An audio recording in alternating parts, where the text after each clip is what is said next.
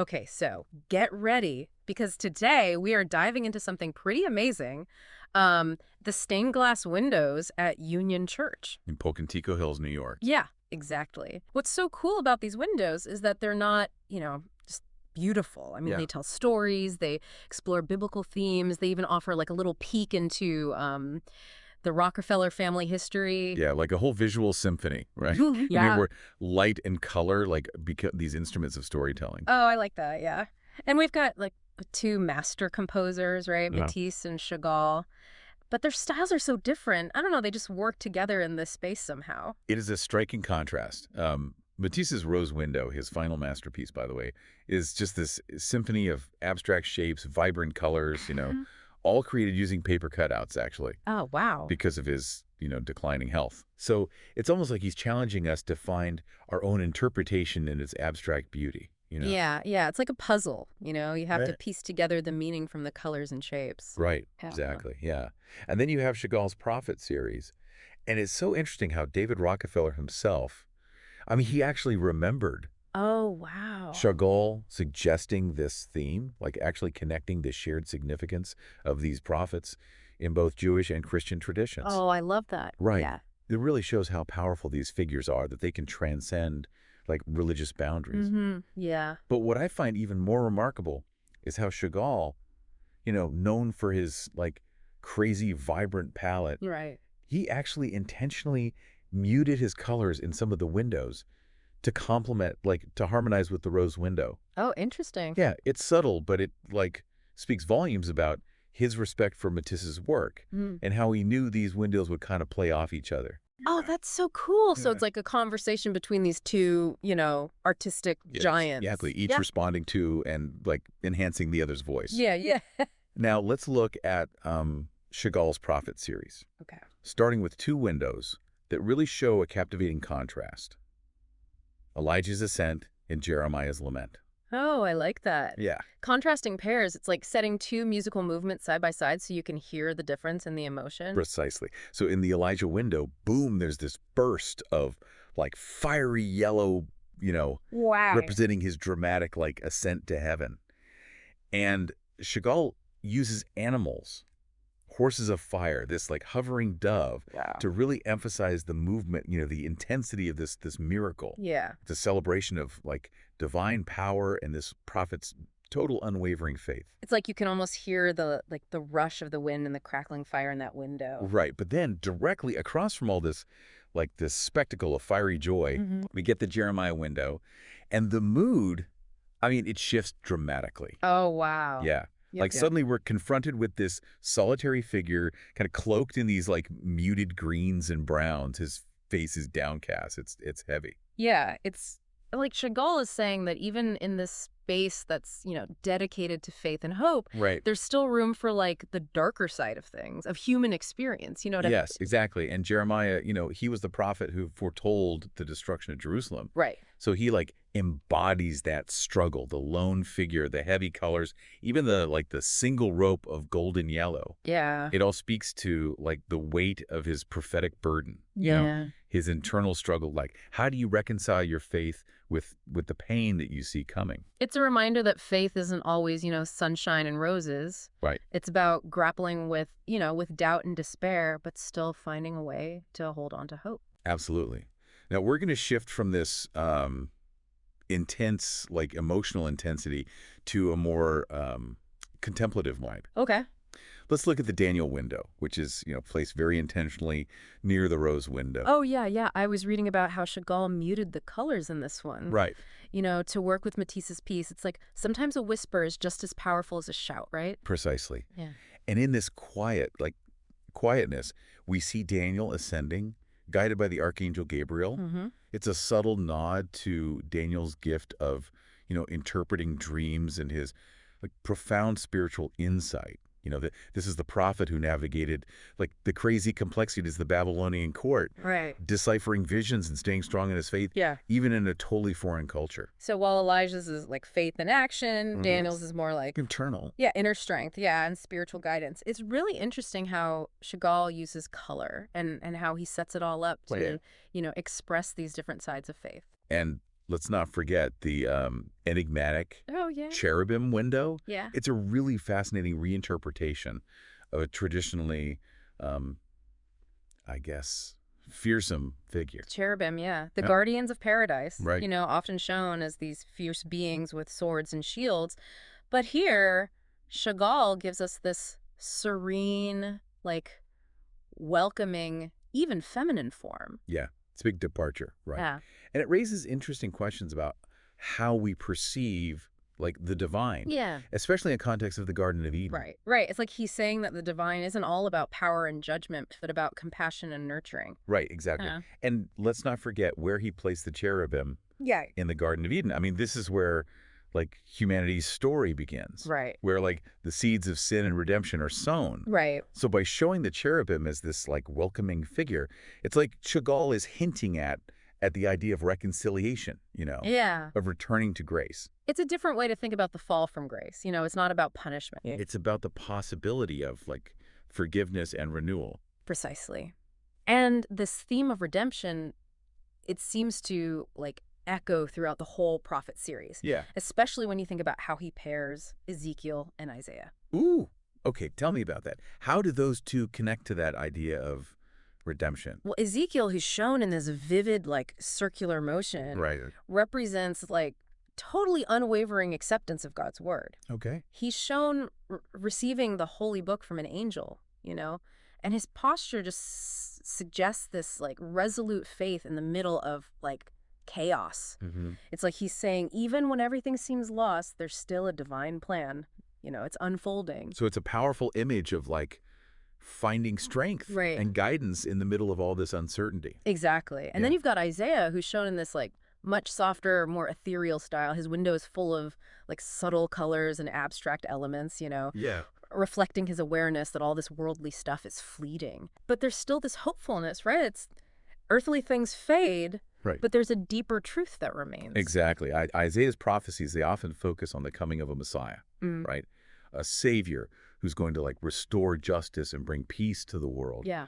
It's a message of hope that goes beyond, like, transcends the trials and tribulations of right now. So you've got Ezekiel, steadfastness Right. in the face of chaos, and Isaiah, pointing toward future redemption. Yeah. It's like two sides of the same coin. It is. And what's even more fascinating is how Chagall places the Joel window right next to Isaiah, which further deepens this whole exploration of, like, spiritual contemplation. Yeah, Joel, the prophet of humility and repentance. Exactly. Tell me, how does Chagall bring that to life, in stained glass? Well, we see Joel, and he's deep in prayer. Like, his face is illuminated by this divine light, meditating over a sacred book. And he's surrounded by these deep blues and purples, colors we often associate with contemplation, with spiritual seeking. It's a scene of quiet introspection, such a contrast to the, like, fiery dynamism of Elijah's window. It's like Chagall wants us to pause for a second amidst all the, like, whirlwind of stories and emotions. Exactly. And just be present with the mystery of faith. Yeah. Oh, but wait, what about those figures looking on? Oh, yes. I remember something about a mysterious woman and child. He leaves their identities unknown. Oh. Adding another layer of intrigue to this already, like, captivating scene. Some people think they represent Joel's family. Others say they symbolize future generations who will inherit his, like, legacy of faith. Yeah. But ultimately, we don't know. Their meaning is open. It's like a question mark in the glass, right? Yes. It makes you think about what it all means. Right. And maybe find your own connection to the story. Exactly. And this mix of clarity and mystery, storytelling and open-ended questions, it's part of what makes Chagall's prophet series so compelling. It's not just retelling old stories. It's an invitation to, like, really engage with them on a deeper level. And we've only just begun to explore all the layers of meaning in these windows. I know, right? Yeah. We still have the Rockefeller family windows, Right. each with its own unique story to tell. And those stories, interwoven with the themes we've already talked about, will just add even more light to the whole interplay of art, faith, and family history that makes Union Church such a special place. Yeah, this is so much more than just a visual tour. It's like we're piecing together a puzzle, and every window shows us a new piece of this, like, bigger, more complex picture. Exactly. And the best part, there's no one right answer. It's an ongoing conversation, you Yeah. know, an invitation to keep exploring, keep questioning, keep discovering new layers of meaning. Okay, this deep dive is definitely living up to its name. I'm excited to see what other treasures we uncover as we keep exploring. Oh, you won't be disappointed, I promise. The Rockefeller windows are just as captivating. Each one is a testament to the power of art, to honor memory, to express grief, and ultimately to offer this glimpse of hope, amidst all of life's complexities. Oh, I can't wait. Yeah. All right, so we just explored Chagall's Prophet series, Mm-hmm. and now let's look at two really special windows that are dedicated to members of the Rockefeller family. Yeah, each of these windows, they're so different in style and subject matter, Right. but they give us such a poignant look into the family's history, their values, their personal experiences with faith, with loss. Yeah, I'm ready. Let's start with the Good Samaritan window, Okay. a tribute to John D. Rockefeller Jr., known for his amazing philanthropy. This window is really interesting, because of the way it blends these abstract and representational elements.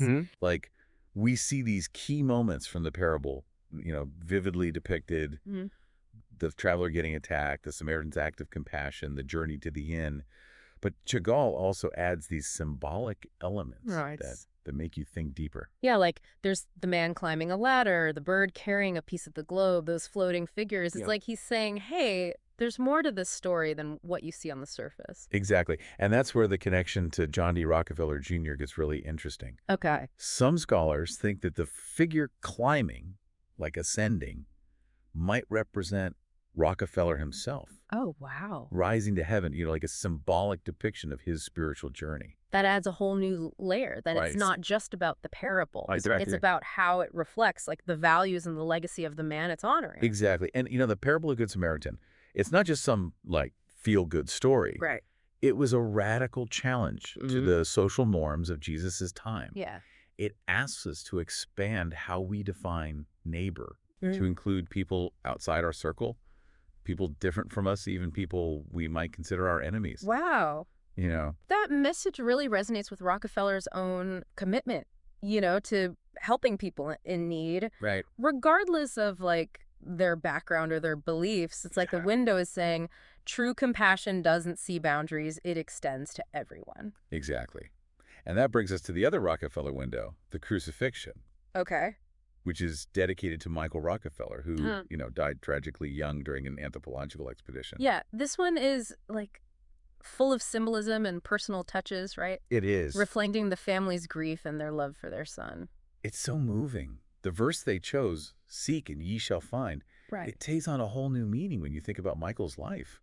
I mean, he was driven by this thirst for knowledge, a desire to understand different cultures. He was on a deep spiritual search. And those water motifs, throughout the window are really poignant. They symbolize the sea where he was lost. Right. It's like the water itself is a character, a constant reminder of the beauty and the danger of the world Michael was exploring. And then you have those 5 floating figures Oh, yeah. that a lot of people interpret as representing Michael and his 4 siblings. Oh, wow. It's subtle, but powerful. Yeah. It speaks to the bonds of family, even when facing tragedy. It's like Chagall is saying that even though Michael is gone physically, his spirit is still alive in the hearts of those who loved him. Absolutely. And it's interesting to think about this window along with all the themes we've talked about. Right. The Garden of Eden, the Cherubim, the Good Samaritan. Mhm. They all touch on loss, on redemption, on the power of love and compassion. Yeah, it's like these seemingly separate elements. They're all part of a larger tapestry, Right. woven together by faith, family, and the human experience. Precisely. Yeah. And this brings us back to that question about the cherubim. Why would Chagall, in a series about biblical prophets, choose to show this guardian of paradise as this welcoming feminine figure? Especially when the traditional way to show them is so imposing, Right. even scary. Exactly. I think, this choice to break from tradition, it points to a deeper message about how we approach the divine, Mhm. about the possibility of reconciliation and forgiveness, even after, we fall from grace. So it's like he's saying God's love isn't about punishment. Right. It's about welcoming us back, offering us a path toward healing and wholeness. And that message really connects with the Rockefeller windows, Yeah. The Good Samaritan reaching out to a stranger in need, the crucifixion, finding hope and meaning in the face of, unimaginable loss.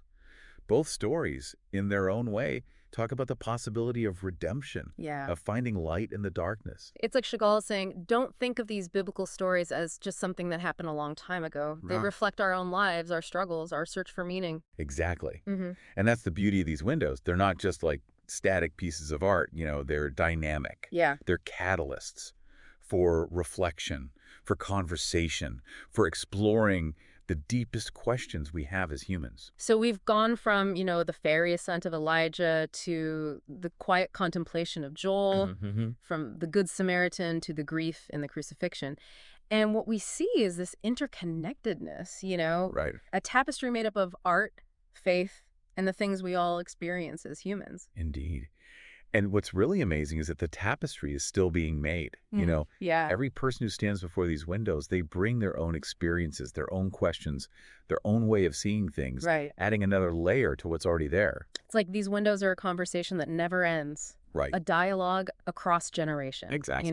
We're invited to participate, add our voices, find our place in the story. Exactly. And that, I think, is the most powerful thing about these windows. Yeah. They're not just objects to admire. They're invitations to engage, to explore, to question, and to find our own connection to art, faith, and the human spirit.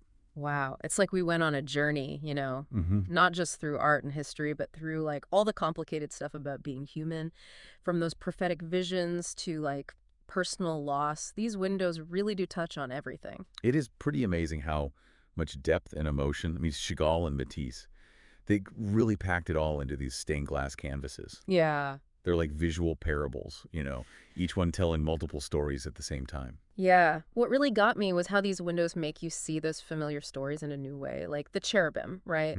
Usually it's judgment, but here it's forgiveness. Right. Or the Good Samaritan. It's like a call to radical compassion. It makes you rethink your own assumptions, That's what great art does, right? Yeah. It doesn't just show us the world, it makes us question it, reevaluate, see things with fresh eyes. Totally. Out of all the windows we talked about, is there one that like really stuck with you? I keep finding myself drawn back to that image of Joel, deep in thought. It's quiet, introspective, but it says so much about, searching for meaning, taking time to reflect, that spiritual exploration. It's like a contrast to all the drama and action in the other windows. Right. It's like Chagall is saying, hey, sometimes the most profound journeys are inward. And in this world that's always like bombarding us with stuff, Yeah. that message is, it's so important. Yeah. It's a reminder to slow down, listen to that inner voice, make space for thought. So, okay, I got to ask. If you were to add a window to Union Church, what story, what theme would you pick? Ooh, that's a good one. I'd want to create a window that celebrates human connection. Maybe a scene with people from different backgrounds, cultures, beliefs, all coming together, like with understanding and collaboration. It would be like a visual representation of what we all hope for, right? Yeah. A world where compassion and shared humanity bridge all those differences. Exactly. And I think that message fits perfectly with the themes we've seen in the other window. Right. Redemption, forgiveness, love, all those powerful ideas. So to sum it all up, we've explored Matisse and Chagall, their different styles. We dug into the symbolism of the Prophet series and uncovered those personal stories behind the Rockefeller family windows. But what's really fascinating is how these windows weren't just separate pieces of art. They're Right. part of a bigger conversation, a conversation about faith, about loss, about our search for meaning, for connection. And the best part, that conversation keeps going, even when we leave the church. It stays with us, makes us keep exploring these themes, ask our own questions, add our own voices to the dialogue. So to our listeners, we leave you with this. What story will you add to Union Church? What message resonates most with you, and how will you carry it forward? Keep exploring, keep questioning, keep searching for those deeper connections. That's what makes a deep dive like this so powerful. It's not just about learning facts, it's about starting a journey of discovery that continues long after the episode ends. Thanks for joining us on this amazing exploration. We'll see you on our next deep dive.